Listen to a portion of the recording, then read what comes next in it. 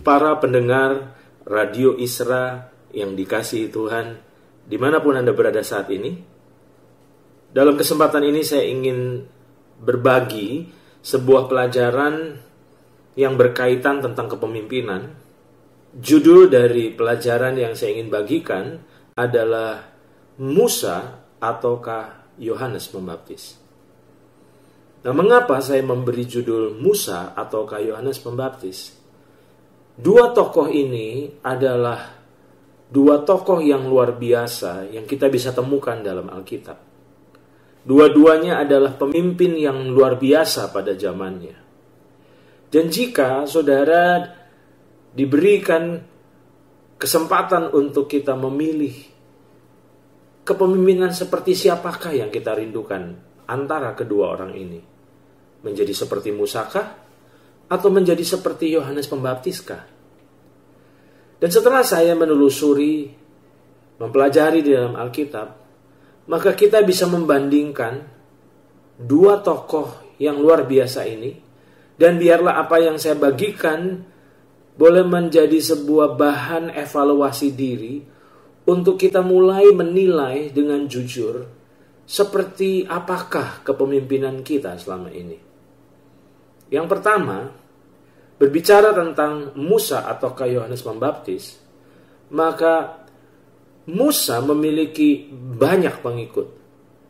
Sedangkan Yohanes Pembaptis justru kehilangan pengikut. Ini adalah faktor pembeda pertama antara Musa dan Yohanes Pembaptis. Musa memiliki banyak pengikut, sedangkan Yohanes Pembaptis justru kehilangan pengikut. Musa adalah pemimpin yang karismatis pada zamannya, karena paling sedikit jumlah pengikutnya berjumlah 3 juta orang. Itu adalah perkiraan di mana orang Israel yang dikeluarkan oleh Tuhan dari tanah perbudakan Mesir, dan mereka dikeluarkan oleh Tuhan, dan Musa memimpin mereka untuk dibawa menuju ke tanah perjanjian yang sebenarnya telah disiapkan Tuhan. Dalam Alkitab tentu kita bisa belajar bahwa Musa adalah pemimpin yang luar biasa karena memiliki banyak sekali pengikut. Sebelum kita belajar dari Yohanes Pembaptis, ada sebuah pertanyaan yang perlu kita renungkan. Apakah jumlah pengikut menjadi parameter keberhasilan kepemimpinan kita? Dan apakah juga jumlah pengikut menjadi parameter keberhargaan diri kita?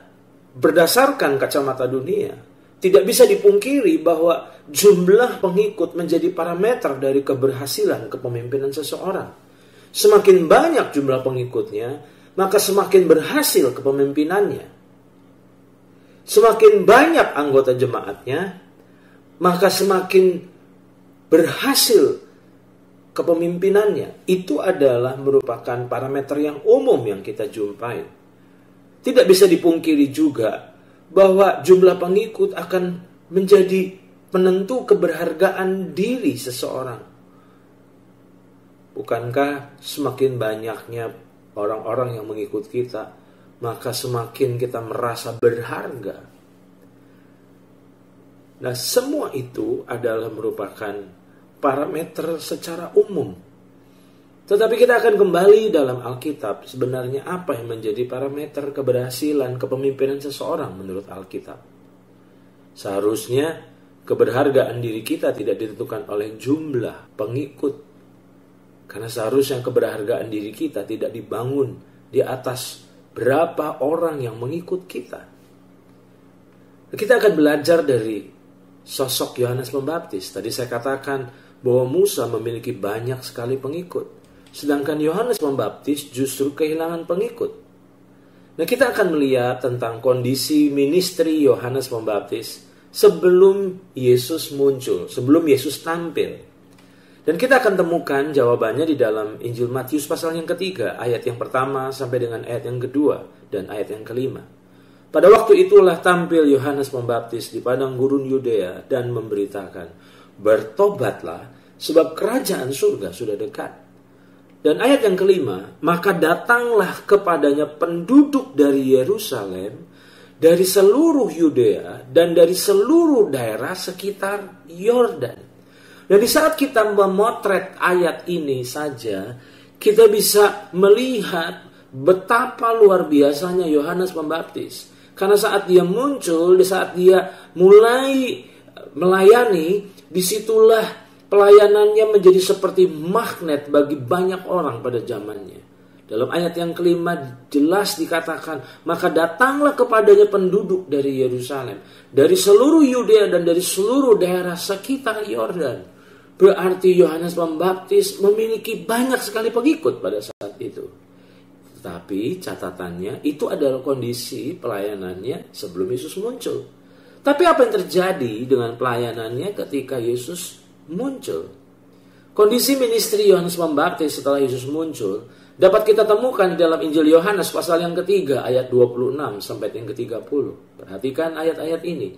Lalu mereka datang kepada Yohanes dan berkata kepadanya, Rabi, orang yang bersama dengan engkau di seberang sungai Yordan dan dengan tentang dia engkau telah memberi kesaksian, dia membaptis juga dan semua orang pergi kepadanya.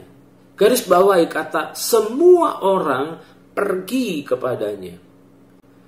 Bayangkan jika kita ada dalam kondisi Yohanes Pembaptis. Orang-orang yang pada awalnya mengikut kita, tetapi ketika Yesus mulai tampil, Yesus mulai muncul, orang-orang itu akhirnya beralih, tidak lagi mengikuti kita, tetapi mulai mengikuti Yesus. Dan yang luar biasa, kita bisa melihat respon dari Yohanes Pembaptis. Di dalam ayat 27, jawab Yohanes, tidak ada seorang pun yang dapat mengambil sesuatu bagi dirinya, kalau tidak dikaruniakan kepadanya dari surga.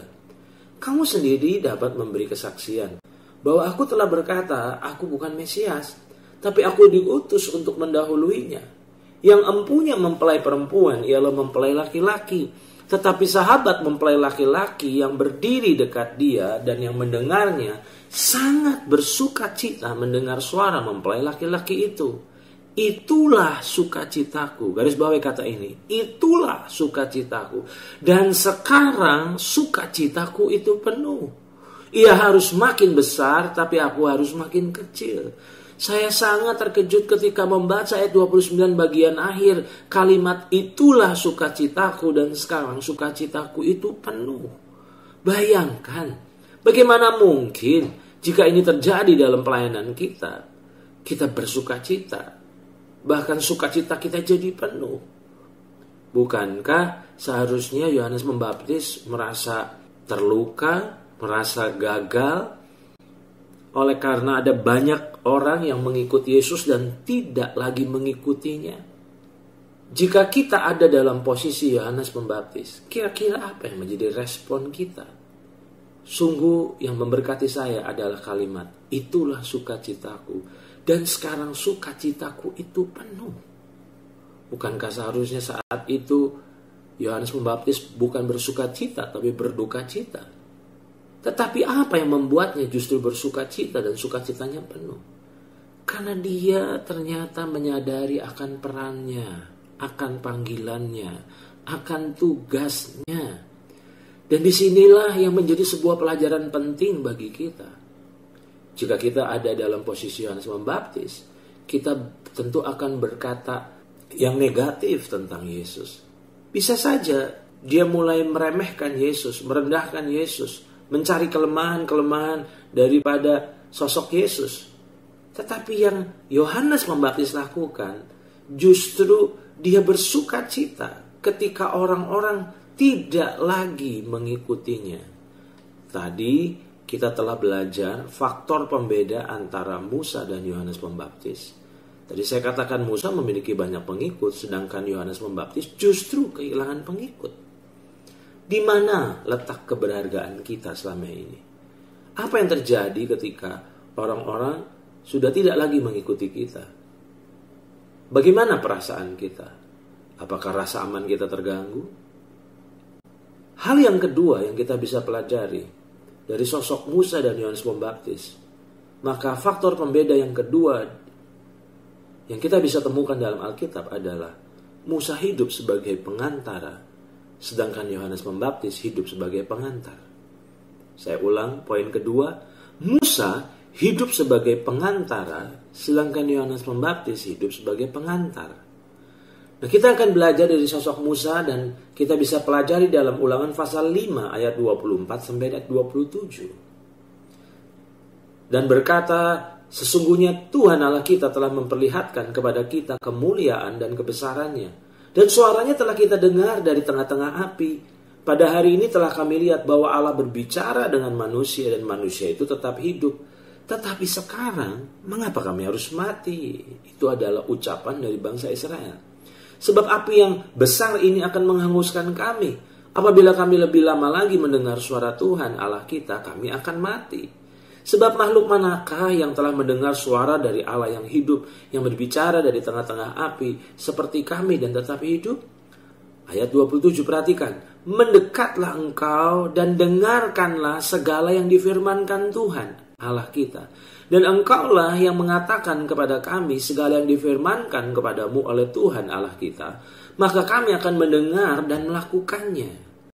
Dalam Ulangan pasal 5 ini kita bisa melihat tentang respon dari bangsa Israel ketika Tuhan berniat menjumpai mereka secara pribadi. Sehingga mereka bukan hanya mengalami pertolongan Tuhan, tetapi mereka boleh mengalami pengenalan akan Tuhan. Tapi ketika harinya tiba dan Tuhan hadir, Tuhan datang dalam kemuliaan yang sangat luar biasa. Akhirnya mereka sangat ketakutan. Dan karena ketakutan mereka, akhirnya mereka memutuskan untuk mengutus Musa untuk menjadi pengantara mereka antara mereka dengan Tuhan. Betapa menyedihkannya. Karena sebenarnya ini bukanlah yang menjadi keinginan Tuhan pada awalnya. Dan ini juga bukan menjadi keinginan Musa. Musa tidak ingin menjadi pengantara sebenarnya. Tetapi karena keinginan dan desakan bangsa Israel lah yang membuat akhirnya Musa menjadi pengantara dalam kehidupan mereka, yaitu kehidupan bangsa Israel dengan Tuhan. Dan sejak hari itulah akhirnya Musa menjadi pengantara antara bangsa Israel dengan Tuhan. Faktor pembeda antara Musa dan Yohanes Pembaptis yang kedua, Musa hidup sebagai pengantara sedangkan Yohanes Pembaptis hidup sebagai pengantar. Apa yang membedakan keduanya? Jika kita melihat di dalam Injil Yohanes pasal yang pertama ayat yang ke-35 sampai ayat yang ke-37, firman Tuhan berkata, pada keesokan harinya Yohanes berdiri di situ pula dengan 2 orang muridnya. Dan ketika ia melihat Yesus lewat, ia berkata, lihatlah anak domba Allah. Kedua murid itu mendengar apa yang dikatakannya itu, lalu mereka pergi mengikut Yesus. Saya diberkati dengan kata, lihatlah anak domba Allah.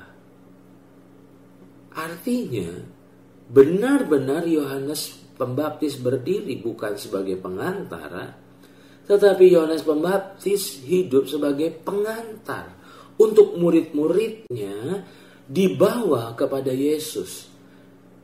Dan jika kita memperhatikan dalam ayat yang ke-37, saat Yohanes Pembaptis memperkenalkan Yesus sebagai anak domba Allah, kedua murid itu mendengar apa yang dikatakannya itu, lalu mereka pergi mengikuti Yesus.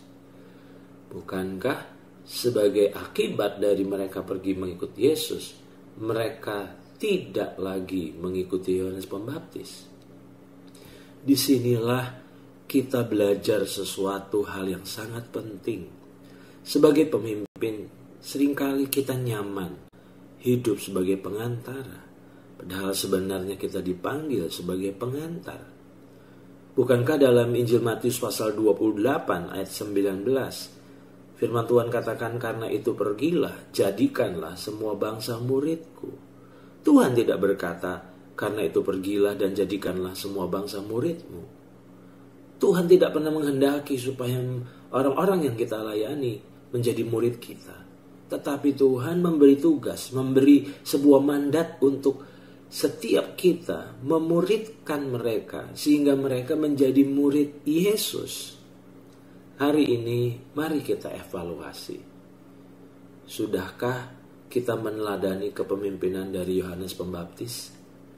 Apa yang membedakan keduanya?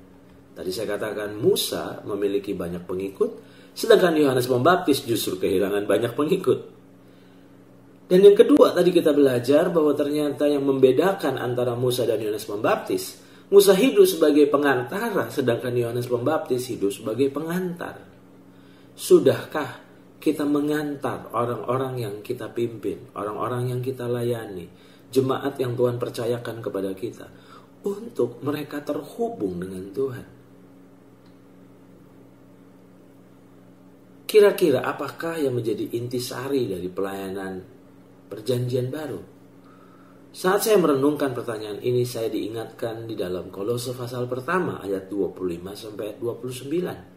Kolose pasal pertama ayat 25 sampai 29, firman Tuhan berkata, "Aku telah menjadi pelayan jemaat itu sesuai dengan tugas yang dipercayakan Allah kepadaku, untuk meneruskan firman-Nya dengan sepenuhnya kepada kamu, yaitu rahasia yang tersembunyi dari abad ke abad dan dari turunan ke turunan, tetapi yang sekarang dinyatakan kepada orang-orang kudusnya."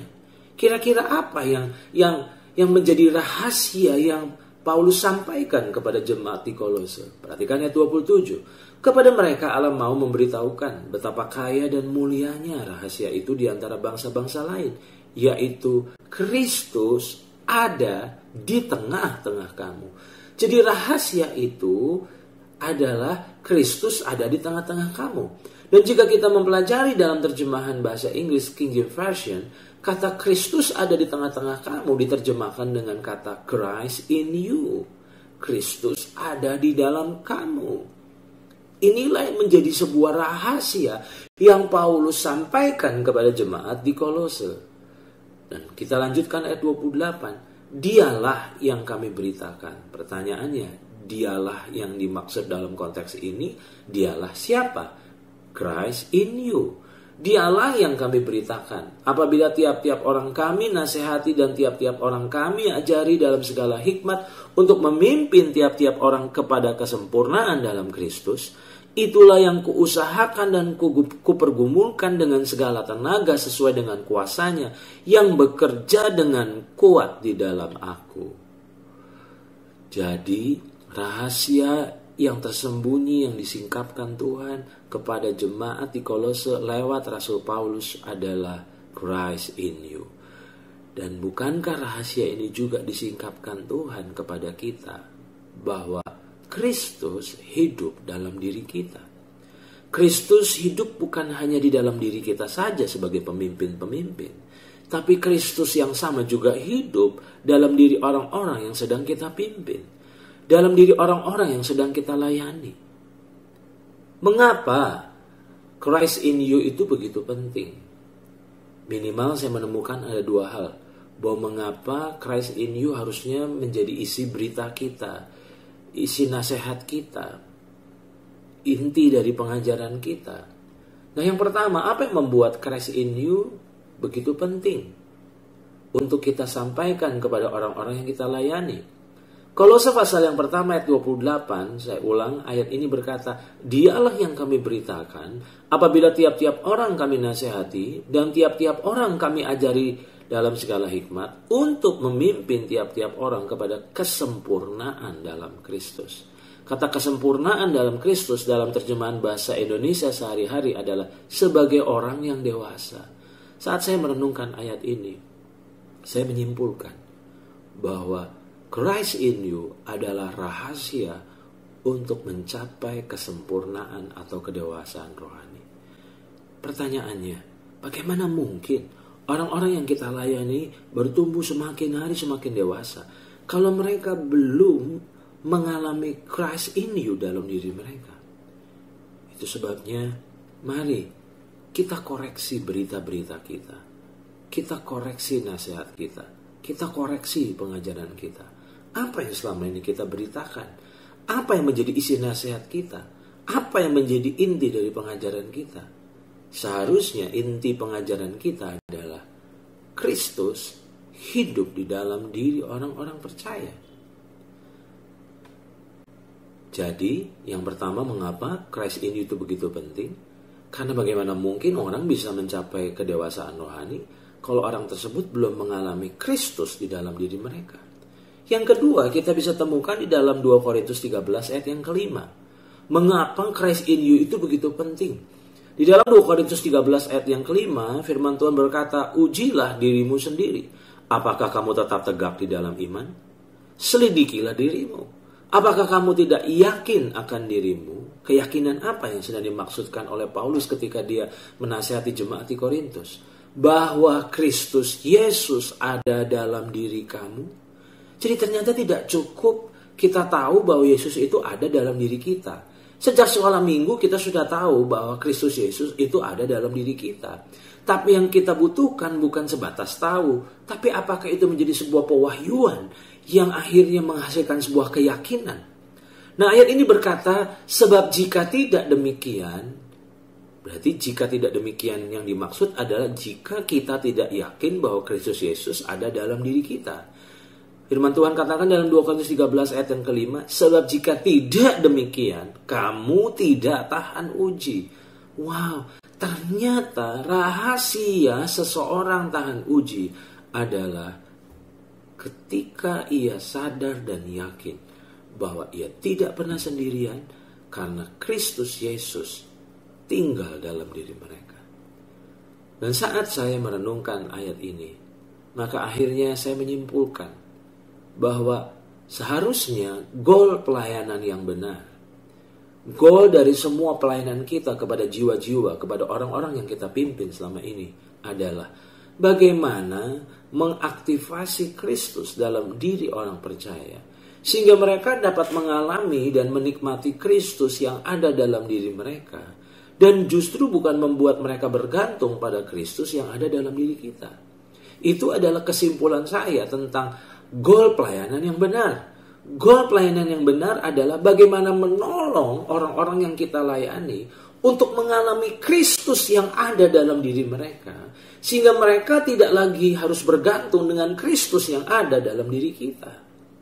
Tidak peduli sehebat apapun pelayanan kita, tidak peduli banyaknya mujizat atau tanda-tanda heran yang menyertai pelayanan kita yang membuat orang banyak akhirnya mengikut kita. Tidak peduli sehebat apapun pelayanan kita. Tetapi saat orang-orang itu bergantung pada Kristus yang ada dalam diri kita, itu adalah kegagalan. Itu bukanlah keberhasilan. Ingat, kita belajar dari kepemimpinan Musa dan Yohanes Pembaptis. Ternyata yang menjadi intisari dari pelayanan Musa adalah dia menjadi pengantara, sedangkan Yohanes Pembaptis justru menjadi pengantar. Saudara dan saya dipanggil untuk meneladani Yohanes Pembaptis, di mana kita hadir bukan untuk menjadi pengantara, tapi justru menjadi pengantar. Sehingga orang-orang yang kita layani, kita bimbing, kita temani, kita dampingi, kita tuntun langkah demi langkah untuk mereka akhirnya mengalami Kristus yang hidup dalam diri mereka.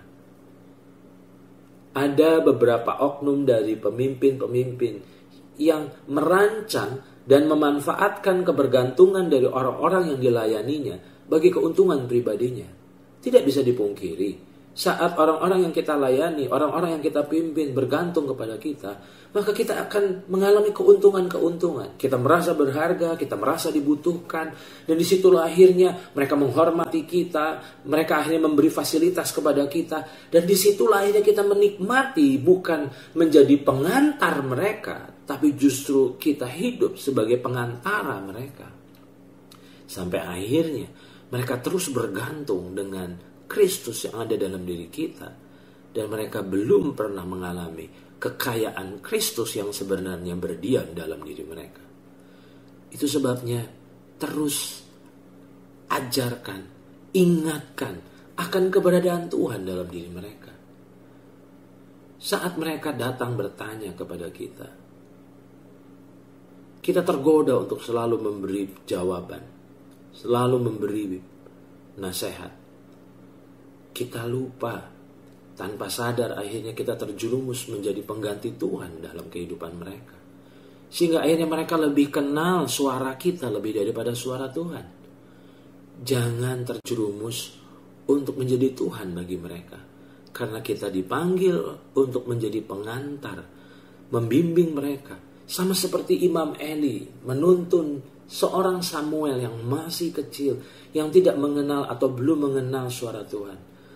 Tapi lewat peran Imam Eli, dia akhirnya menolong Samuel untuk Samuel dapat mengenali bahwa suara yang memanggilnya itu adalah suara Tuhan. Saudara dan saya dipanggil untuk membimbing orang-orang yang kita pimpin, orang-orang yang kita layani, untuk mereka terkoneksi dengan Tuhan. Sehingga akhirnya mereka tidak membutuhkan kita untuk terkoneksi dengan Tuhan. Bukankah dalam diri orang percaya terpendam semua yang sebenarnya mereka butuhkan untuk menjalani kehidupan yang luar biasa? Tidak bisa dipungkiri, saat orang-orang yang kita pimpin, orang-orang yang kita layani mulai mengalami Kristus dalam diri mereka, akhirnya peran kita mulai berubah. Mereka mungkin tidak lagi mencari kita, sepertinya mereka tidak lagi membutuhkan kita. Tapi ketika itu terjadi, justru itulah letak keberhasilan kita. Itu bukan kegagalan, tapi itu justru adalah bentuk keberhasilan. Karena bukankah kesuksesan dari orang tua adalah saat berhasil membangun kemandirian dalam diri anaknya, dan bukan kebergantungan. Hari ini, mari kita evaluasi kepemimpinan kita selama ini. Seperti Musakah kepemimpinan kita? Ataukah seperti Yohanes Pembaptis? Hal yang kita pelajari, Musa memiliki banyak pengikut, sedangkan Yohanes Pembaptis justru kehilangan banyak pengikut. Mengapa dia kehilangan banyak pengikut? Bukan karena kegagalan moral, tapi karena orang-orang yang mengikutinya mulai mengenal Yesus dan mengikut Yesus. Dan sebagai akibatnya, mereka tidak lagi mengikuti Yohanes Pembaptis karena mereka telah mengikuti Yesus. Dan Yohanes Pembaptis merasa bersuka cita karena itu adalah goal dari pelayanannya. Apa yang kita bisa pelajari dari Musa dan Yohanes Pembaptis? Yang kedua, tadi kita telah belajar bahwa ternyata Musa hidup sebagai pengantara, sedangkan Yohanes Pembaptis sebagai pengantar. Mari jangan terjebak untuk menjadi pengganti Tuhan, karena kita tidak dipanggil untuk menggantikan Tuhan. Kita dipanggil untuk mendampingi, untuk menuntun, untuk menemani mereka, sehingga mereka boleh mengalami Kristus dalam diri mereka. Meskipun sepertinya mereka sudah tidak membutuhkan kita lagi, tapi disitulah itu letak keberhasilan kita. Berhentilah untuk hidup sebagai pengantara. Ingatlah, kita tidak sedang hidup di era perjanjian lama, tetapi kita sedang berada di zaman perjanjian baru, di mana Roh Kudus bukan hanya hadir dan mengurapi kita, tapi Roh Kudus yang sama juga hadir dalam pribadi-pribadi yang kita sedang layani. Roh Kudus sangat rindu bukan hanya dikenali oleh kita, tapi juga Roh Kudus sangat rindu untuk dapat dikenali oleh mereka juga. Jangan hidup sebagai penyambung lidah Tuhan bagi mereka. Karena sebenarnya Tuhan pun sangat rindu untuk berkomunikasi langsung dengan mereka. Ingatlah, panggilan kita bukanlah mendengar untuk mereka, tetapi mendengar bersama mereka. Jangan manjakan orang-orang yang kita layani, tapi mulailah didik dan latih mereka untuk tidak menjadikan kita sebagai pengantara mereka. Ingatkanlah diri kita dan mereka juga bahwa kita hadir sebagai pengantar. Mari kita sama-sama belajar dari teladan kepemimpinan Yohanes Pembaptis, karena hari-hari ini tubuh Kristus sedang menantikan tampilnya pemimpin-pemimpin rohani seperti Yohanes Pembaptis yang hidup sebagai pengantar dari umat Tuhan untuk terkoneksi mengalami Kristus yang di dalam. Tuhan memberkati kita.